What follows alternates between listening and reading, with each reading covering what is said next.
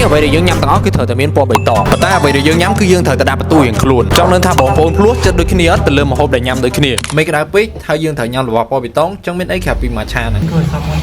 អរគុណបងថ្ងៃនេះក្រេនណាតែប៉ុណ្ណាបើសិនជាយើងពាក់អាវក្រេនទៀតមិនត្រូវយកឡើងឥឡូវវារៀងពិបាកដេកដល់ពេលយើងផឹកអាកាហ្វេពេលថ្ងៃណាវាច្រើនបាក់ដេកផឹកកាហ្វេធម្មតាពេលថ្ងៃផឹកម៉ាឆាអីតែគេឈប់ផឹកកាហ្វេផឹកម៉ាឆាវិញថតអានេះដូចជាម៉ាឆាឡាតេតែអញ្ចឹងមានជាកាហ្វេដែរប៉ុន្តែខ្ញុំលើគេថាហ្នឹងគាត់តែជាឈ្មោះដឹងអីខ្ញុំចេះថាចឹងមិនថាវាមិនណាដាក់ម៉ាឆាឡាតេអត់មានឡាតេវាមិនសមឡាតេមួម៉ៅងាប់អីចឹងដោយសារតែឆ្ងល់ពេកខ្ញុំក៏បានទៅសើចថាតើឡាតេជាអ្វីហើយឡាតេហ្នឹងគឺបានន័យថាទៅដោះគោហើយម៉ាឆាធ្វើឲ្យយើងអត់សូវងុយគេហ្នឹងគឺដោយសារតែវាមានជាតិកាហ្វេអ៊ីនតិចដែរគេធ្លាប់ប្រាប់ថាបើយើងផឹកម៉ាឆាទៅវារៀងធ្វើអារម្មណ៍យើងស្រស់ស្រាយប៉ុន្តែគេថាជួយកុំឲ្យងុយគេនេះតែនឹងអត់ជួយគេអត់ជួយអស់លុយពី1ដល់10កុំឲ្យខ្ញុំដឹងខ្សឹបដាក់ម៉ៃខ្ញុំអត់លឺទេអូខេឲ្យគាត់មុនគាត់ខ្សឹបមុនចំពោះត្រីហ្នឹង9លើ10សម្រាប់ខ្ញុំគឺ8លើ10ហើយឥឡូវនេះគឺយើងឃើញថាខុសមួយប៉ុន្តែគ្រាន់តែខុសបន្ទុកតិចតួចទេប៉ុន្តែយើងនៅសល់ម្ហូបផ្សេងទៀតដែលយើងនឹងត្រូវញ៉ាំហើយចង់នឹងថាតើពីអ្នកយើងញ៉ាំដូចគ្នាប៉ុន្តែគិតដូចគ្នាជួបអ្នកនរគ្នាមុនទៅបន្តអ្នកនរគ្នាកុំភ្លេច follow ផងព្រោះដោយសារយើងជិត 100k អញ្ចឹងជួយពួកយើងបាន 100k លឿនបើសិនជាបានមុនចូលក្នុងខ្មែរហិតតែល្អទៀតអរគុណចេញពីកន្លែងញ៉ាំម៉ាឆាយើងអត់ដឹងទៅណាទៀតក៏បានទៅរកកន្លែងញ៉ាំក្រែមដោយសារតែមីនៅខាងក្រៅវាក្តៅពេកអញ្ចឹងទៅញ៉ាំក្រែមវាត្រូវហើយក្រែមដែលយើងញ៉ាំគឺរសជាតិម៉ាឆាដោយសារតែវាមានពណ៌បៃតងហើយវាយើងតែម្នាក់មួយទេដោយសារតែខ្លាចញ៉ាំអត់អស់នេះបើណាគេហៅខ្ញុំឃើញឥឡូវមកយកក្រែមខុយខ្នងខ្ញុំម្នាក់ម្ដងតាំងពីចេះញ៉ាំក្រែមមកបើមិនសុកកាឡាក៏អូរីអូមិនសុកពេលច្រើនដល់សុកកាឡាមិនដែរអូរីអូវាច្រើន1លើ10ដែរមាន1លើ10មិនអត់ច្រឡំ1លើ10ខ្ញុំឲ្យ1 2 3 8 7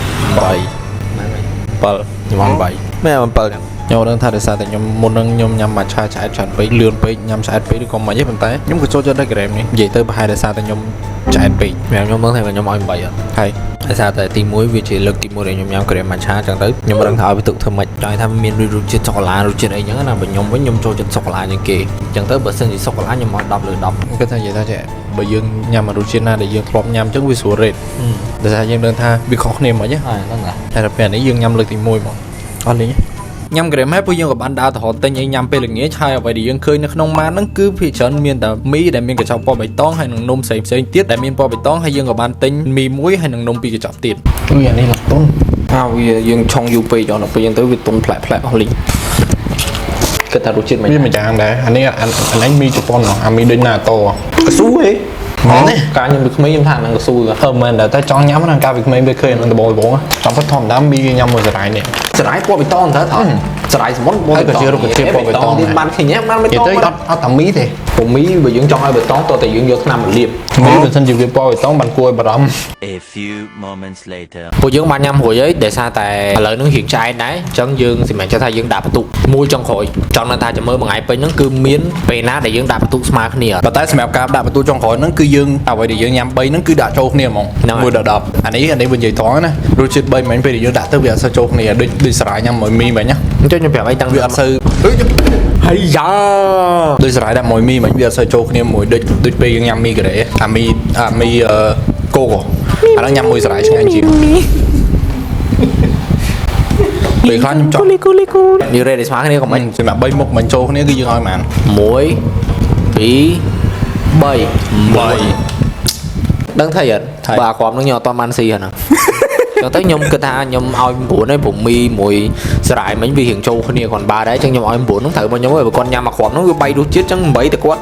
ប៉ុន្តែតាមពិតអត់ទេខ្ញុំសុំដកបន្ទូវិញខ្ញុំថា7វិញព្រោះដោយសារអីហៅមនុស្សសាវ៉ា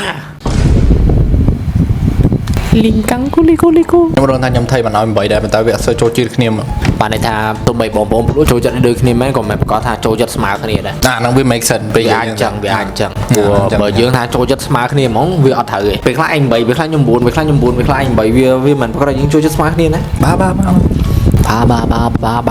កុំភ្លេច follow ម្នាក់មួយផង